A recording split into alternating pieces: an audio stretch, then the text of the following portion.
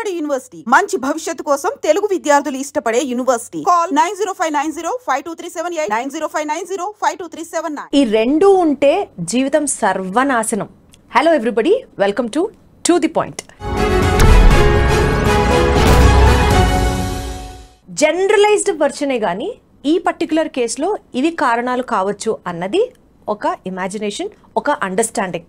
Yes, let me talk about 24 గంటల్లో ఆ అమ్మాయికి డెలివరీ అవుతుందని తెలిసి అతి కిరాతకంగా తన హస్బెండ్ తనని మర్డర్ చేయడం జరిగింది. వైజాగ్లో జరిగినటువంటి ఈ ఇష్యూ ఇప్పుడు ప్రెసెంట్ సోషల్ మీడియాలో ట్రెండింగ్ సబ్జెక్ట్గా మారుతోంది. Not only in social media but also self introspection కనుక చేసుకుంటే అసలు మనం ఎక్కడికి వెళ్తున్నాం, మన వాల్యూస్ ఎటు వెళ్తున్నాయి, సొసైటీలో ఏం జరుగుతోంది అన్న అంశాల గురించి definitely we need to talk and question. ఈరోజు ఇదే టాపిక్ గురించి నాతో మాట్లాడడానికి జాయిన్ అవుతున్నారు Ram Mettu garu. And he is basically he's certified personality development trainer, a psychologist by also profession and also a life coach. Let me introduce him. Hello Ram garu, నమస్తే. నమస్తే అండి. ఎలా ఉన్నారు? ఐఎమ్ గుడ్ అండి, మీరు ఎలా ఉన్నారు? వండర్ఫుల్, బాగున్నాను సార్, థ్యాంక్ యూ. రీసెంట్గా వైజాగ్లో జరిగినటువంటి జ్ఞానేశ్వర్ అండ్ అనూష ఈ కపుల్ ఇష్యూ గురించి చూస్తే అనూషని చంపడం జరిగింది. తెల్లారితే ఆ అమ్మాయికి పాపం డెలివరీ. ఈ కేస్ గురించి ఫస్ట్ మాట్లాడదాం సార్. అసలు ఏం జరిగింది, ఏంటి మీ అండర్స్టాండింగ్ ఏంటి, and then will go deep into the subject. Sure. So in this particular case అండి, లైక్ జ్ఞానేశ్వర్ వాళ్ళ వైఫ్కి రేపు మార్నింగ్ డెలివరీ ఉంది అనగా ప్రీవియస్ నైట్ తనని గొంతు పిసికి చంపేశాడు. రీజన్ ఏంటంటే he wanted to get rid of her అనమాట. లైక్ ఫ్రమ్ వాళ్ళు actually married, love marriage. And more surprisingly ఏంటంటే వాళ్ళది లవ్ మ్యారేజ్ యాక్చువల్గా. సో లవ్ మ్యారేజ్ చేసుకున్నారు, 2022లో చేసుకున్నారు వాళ్ళు లవ్ మ్యారేజ్. చేసుకున్న తర్వాత నుంచి కూడా కాన్స్టాంట్లీ, అంటే వీళ్ళ ఫ్యామిలీ, అమ్మాయి వాళ్ళ ఫ్యామిలీ మెంబర్స్ చెప్పేది ఏంటంటే కాన్స్టాంట్గా ఈ అబ్బాయి విడిపించుకోవడానికి ట్రై చేస్తూ ఉండేవాడంట. Like he used to come up with some or the other excuse. For example ఒక 1 year బ్యాక్ అతను ఏం చెప్పాడంటే, నాకు క్యాన్సర్ వచ్చింది, నేను ఎక్కువ కాలం బతకను, సో మనము విడిపోదాము, లైక్ నువ్వు నీ లైఫ్ చూసుకో, నీ ఫ్యూచర్ ఎందుకు పాడు చేసుకుంటావు, విడిపోదాము అనేసి ఒక పాజిటివ్ నోట్ లాగా క్రియేట్ చేసి వాళ్ళ వైఫ్కి చెప్పాడు. వాళ్ళ వైఫ్ ఏంటంటే వినలేదు, ఏంటంటే లేదు వాట్ ఎవర్ ఇట్ ఈస్ నేను నీతోటే ఉంటాను, సో నేను అలా విడిచిపెట్టిపోను అనేసి she insisted to stay back. అలా కొన్ని రోజులు డ్రామా నడిపించాడు అతను. అది వర్కౌట్ అవ్వట్లేదు అనేసి మళ్ళీ ఒక 6 months బ్యాక్ మన పెళ్లి విషయము మా పేరెంట్స్కి తెలీదు, వాళ్ళకి తెలిస్తే నిన్ను ఇద్దరిని చంపేస్తారు, అనవసరంగా నా గురించి నీ లైఫ్ని నువ్వు స్పాయిల్ చేసుకోకు, వెళ్ళిపో అనేసి మళ్ళీ హీ స్టార్టెడ్ ఇన్సిస్టింగ్ వెళ్ళిపో అని చెప్పడానికి. అది she was again adamant, like వెళ్ళకుండా she was with him. Multiple times ఇలా ప్రయత్నించాడు, అది వర్కౌట్ కాలేదు అనేసి ఫైనలీ ఇప్పుడు ఏంటంటే బేబీ డెలివరీ రేపు ఉందనగా ఈరోజు గొంతు పిసికి చంపేశాడు. చంపేసి ఏం తెలియనట్టు అలా ఉండి నెక్స్ట్ డే మార్నింగ్ తనని లేపుతుంటే తను లేవట్లేదు అనేసి వాళ్ళ ఇంట్లో వాళ్ళు చెప్తే, తను లేపుతుంటే లేవట్లేదు అని చెప్తుంటే అప్పుడు ఇతను మళ్ళీ యాక్ట్ చేసి as if he is also trying to wake her up, act చేసి వాళ్ళ ఫ్రెండ్స్ని పిలిచి ఇదంతా డ్రామా క్రియేట్ చేశాడు బేసిక్గా. అండ్ దెన్ ఫైనలీ హాస్పిటల్కి వెళ్ళేసరికి బ్రాడ్ డెడ్ అనేసి అర్థమైంది. వాళ్ళ ఇంట్లో వాళ్ళకి ఆల్రెడీ తెలుసు కాబట్టి that he's trying to get rid of అనేసి చూసుకున్నారు. లైక్ వాట్ ఎగ్జాక్ట్ పోలీసులకు చెప్తే వాళ్ళు ఇంట్రాగేట్ చేశారు. ఇనీషియల్ ఇంట్రాగేషన్లో ఒప్పుకున్నాడు, లైక్ తనే పిసికి చంపేశాడు అనేసి. బట్ ఇక్కడ I will tell you how pre plan it is. Gnaneshwar అనే అతను నార్మల్ టైంలో ఎవరిదైనా గొంతు పిసిగితే వాళ్ళు ఏంటంటే ఎంతో కొంత రివోల్ట్ అయ్యే ఛాన్స్ ఉంటుంది, వాళ్ళని వాళ్ళు సేవ్ చేసుకునే ఛాన్స్ ఉంటుంది. 9th monthలో ఒక లేడీకి అంత శక్తి ఉండదు, లైక్ మళ్ళీ కాపాడుకునే అంత శక్తి ఉండదు. అది గ్రహించి 9th month దాకా వెయిట్ చేసి ఇంకా రేపు డెలివరీ అనగా ఈ టైంకి చాలా వీక్ ఉంటుంది బాడీ అని తెలుసు కాబట్టి ఆ టైంలో అతను గొంతు పిసికి చంపేశాడు. And this it self shows how cruel he is అనేసి. సో ఇది జరిగిన ఇన్సిడెంట్ అండి. అసలు ఈ మధ్యన ఇలాంటి ఇన్సిడెంట్స్ చాలా ఎక్కువ అవుతున్నాయి. If you get to see recent పాస్ట్లో కూడా ఏంటంటే పెళ్ళైన వాళ్ళని వదిలించుకోవడము, లేదా ఇంకోళ్ళతో ఉందాము అనే ఒక థాట్ తోటి ఇంట్లో వాళ్ళని చంపేయటము, రిలేషన్షిప్తో సంబంధం లేకుండా, అంటే వైఫ్ని చంపుతున్నారా, హస్బెండ్ని చంపుతున్నారా, పిల్లల్ని చంపుతున్నారా, for that matter in the recent past నేబర్ని కూడా చంపారు. అంటే వాళ్ళ ఇల్లిసిట్ అఫేర్ గురించి నేబర్కి తెలిసింది, ఎక్కడ వాళ్ళ హస్బెండ్కి చెప్తారు అనేసి నేబర్ని కూడా చంపడానికి ట్రై చేశారు. సో రిలేషన్షిప్ తోటి సంబంధం లేకుండా ఈ ఎక్స్ట్రీమ్ సిచ్యువేషన్స్ ఈ మధ్య మనకి ఎక్కువ కనిపిస్తున్నాయి. So adding to these points అండి, వాళ్ళిద్దరికి మధ్యలో ఏవో ఈగోయిస్టిక్ ఇష్యూస్ ఉన్నాయి అన్నది ఒక ఆర్గ్యుమెంట్, ఒక స్టేట్మెంట్ వినిపిస్తుంది. సీన్ కట్ చేస్తే this guy Gnaneshwar has an extramarital affair with another lady, కాబట్టి పాపం ఈ అమ్మాయిని టార్గెట్ చేశాడు. అంటే ఏ రిలేషన్లో అయినా సరే ఈగో ఉన్నా, ఎక్స్ట్రా మ్యారిటల్ రిలేషన్ ఉన్నా, అది it is not healthy, it is not safe. Correct. It's definitely not safe అండి. ఎందుకంటే ఇక్కడ ఏమవుతుంది అని అంటే, ఇలాంటి ఎక్స్ట్రా మ్యారిటల్ అఫైర్స్ ఉన్నప్పుడు ఆ అబ్బాయికి నిజంగా చంపాలని ఉన్నా లేకపోయినా pressure from the other side. నువ్వు తను వదిలిచేసుకొని నా దగ్గరికి వస్తే పెళ్లి చేసుకుందాము, లేదంటే పోలీస్ కంప్లైంట్ చేస్తాననేసో, లేకపోతే నేను చచ్చిపోతాననేసో, చనిపోయేటప్పుడు నీ పేరు చెప్పి చనిపోతాననేసి. So it could be anything.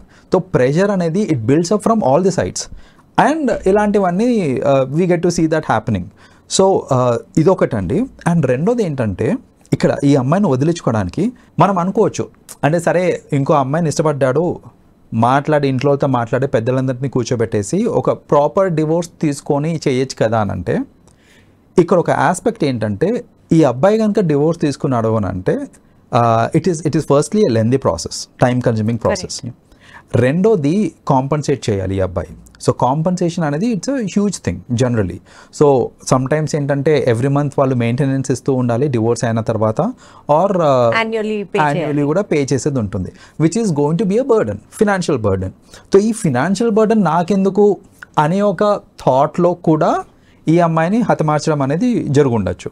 So చూడండి, జనాలు ఏంటంటే ఆ డబ్బు పిచ్చి పట్టుకొని, లేకపోతే ఎక్స్ట్రా మ్యారిటల్ అఫైర్స్, ఇవన్నిటిని దృష్టిలో పెట్టుకొని అసలు యాక్చువల్ రిలేషన్షిప్స్కి వాల్యూ లేకుండా పోతున్నాయి మనకి.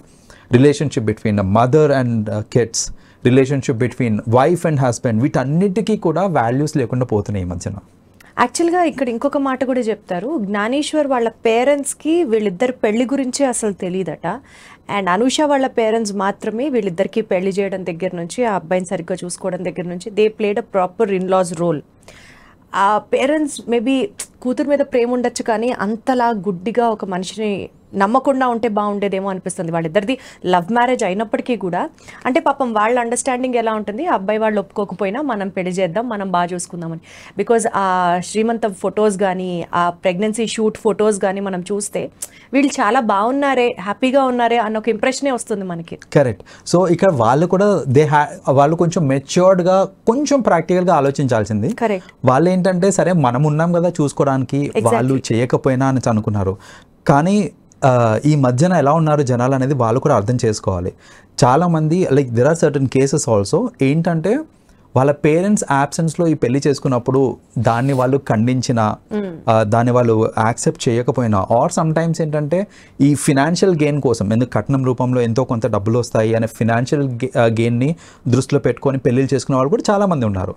సో ఇవన్నీ అర్థం చేసుకొని జనరల్గా ఒక పెళ్ళి చేసేటప్పుడు మనం ఎన్నో ఆస్పెక్ట్స్ కండి, చిన్న చిన్న వాటికి వెనక ముందు ఎన్నో ఆలోచిస్తాం. పెళ్ళి అనేది లైఫ్కి సంబంధించిన విషయం, అది కొంచెం టైం తీసుకొని ఆ బ్యాక్గ్రౌండ్ చెక్ కానివ్వండి, అది చాలా ఇంపార్టెంట్. ఈ మధ్యన అంటే parents, not everybody but most parents వాళ్ళు ఏం చేస్తున్నారంటే, ఎంగేజ్మెంట్కి పెళ్ళికి గ్యాప్ కూడా ఎక్కువ ఇవ్వట్లేదు, కావాలని ఇవ్వట్లేదు. ఎందుకు ఇవ్వట్లేదు అని అడిగితే మైండ్ సెట్స్ మారిపోతాయి, ఈ లోపు మళ్ళీ వాళ్ళు అనవసరంగా విడిపోతారంటే మారనివ్వండి, దట్స్ ఓకే. ఎంగేజ్మెంట్ బ్రేక్ చేయడం అనేది it is a very small thing than breaking a marriage. Exactly. So time ఇవ్వండి, అర్థం చేసుకొనివ్వండి, వాళ్ళకి కాంపాటబిలిటీ ఉంటే పెళ్లి చేసుకొనివ్వండి. అంతేగాని పెళ్లి చేయడం నా బాధ్యత, ఏదో హడావిడిగా చేసేద్దాము, టైం ఇచ్చేస్తే వీళ్ళు ఎక్కువ మాట్లాడేసుకొని గొడవలు అయిపోయి విడిపోతారేమో అనే ఒక థాట్ తోటి మ్యారేజ్కి ఇంకా ఈ ఎంగేజ్మెంట్కి గ్యాప్ కూడా చాలా తక్కువ చేసేస్తున్నారు ఈ మధ్య. But then this should actually change అండి. ఎందుకంటే ఇప్పుడు ఒక పెళ్లి చేసేటప్పుడు దే హ్యావ్ టు అండర్స్టాండ్, అక్కడ వాళ్ళు కలిసి ఉండాల్సింది వైఫ్ అండ్ హస్బెండ్, మనమందరం సెకండరీ. అసలు వాళ్ళ కాంపాటబిలిటీ ఉందా లేదా, నిజాలు ఏంటివి తెలుసుకోవడానికి కూడా ఎంతో కొంత టైం పడుతుంది.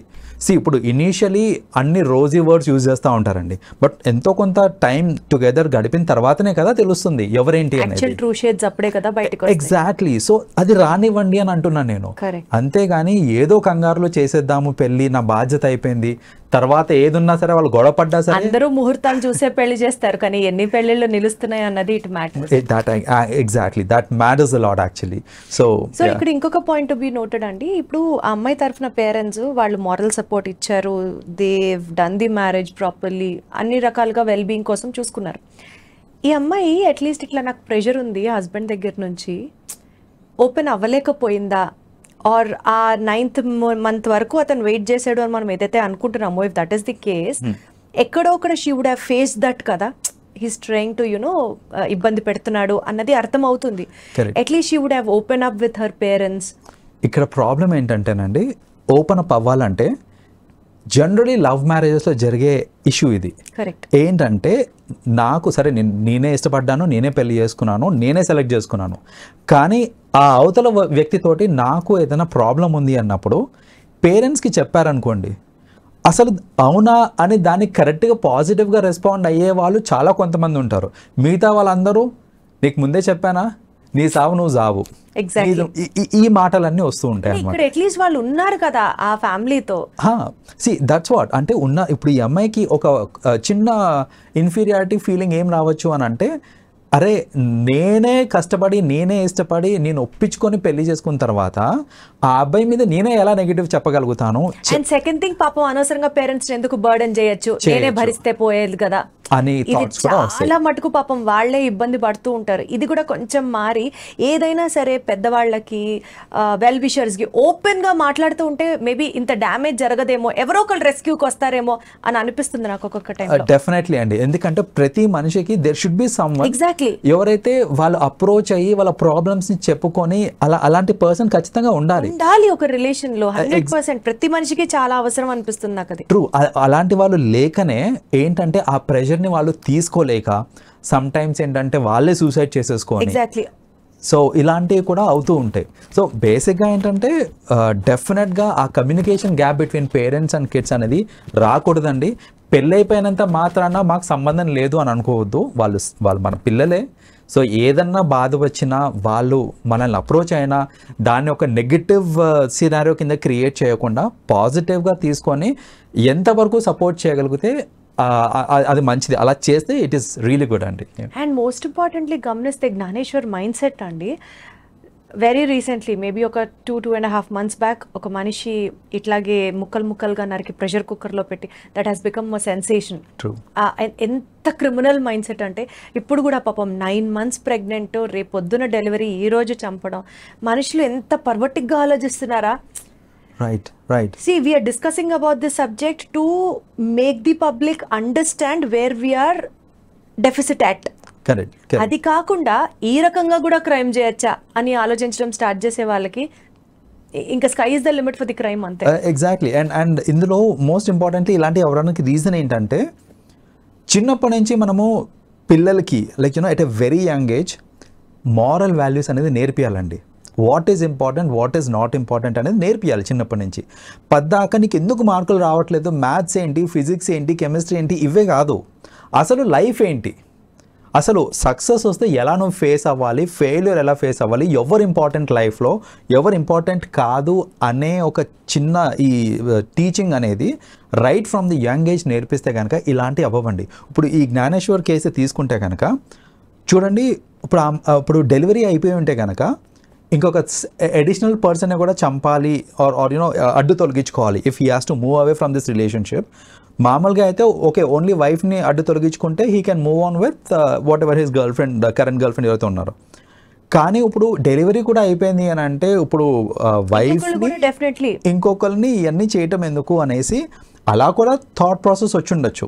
సో ఇప్పుడు ఏంటంటే ఇవన్నిటినీ అంటే ఆ డెలివరీ కాకముందే చంపేసి it is much easier for me అని అనుకున్నాడు. అండ్ ఇంకోటి ఏంటంటే జనరల్ ఫినామినా ఏంటంటే డెలివరీ టైంలో బాడీ కూడా వీక్ అయిపోయి సమ్ టైమ్స్ ఏంటంటే న్యాచురల్ డెత్ కూడా అయ్యే ఛాన్సెస్ ఉంటాయి. So he must have thought that I can get away. ఈ టైం ఎగ్జాక్ట్లీ ఈ రీజన్ చూపించి ఈజీగా తప్పించుకోవచ్చు అని అనుకున్నాడు. ఎందుకంటే రేపు డెలివరీ అనగా ఈ రోజు దెర్ ఆర్ సర్టన్ కేసెస్ న్యాచురల్గా ఏంటంటే బాడీ సపోర్ట్ చేయకనో లేకపోతే రైట్ ఆఫ్టర్ డెలివరీ డెత్ అయిపోవడం ఇలాంటివి జరుగుతూ ఉంటాయి. Rarely but it still happens. So దాన్ని అలుసుగా తీసుకొని ఈ టైంలో కనుక నేను క్రైమ్ చేస్తే that is the best time అనేసి క్యాలిక్యులేషన్ తోటి చేసిన క్రైమ్ ఇది.